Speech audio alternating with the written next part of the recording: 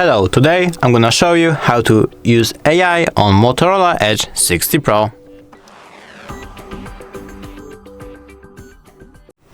First, I'm gonna show you how to use Google Lens.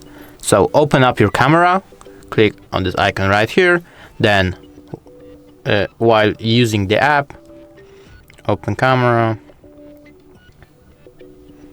and just do a photo of anything that you want. I'm gonna go with our icon, and we Googled it. Now I'm gonna show you how to, let's say, use ChatGPT or Gemini. Where is it? Gemini, yeah. More, continue, more, use Gemini, and it's done.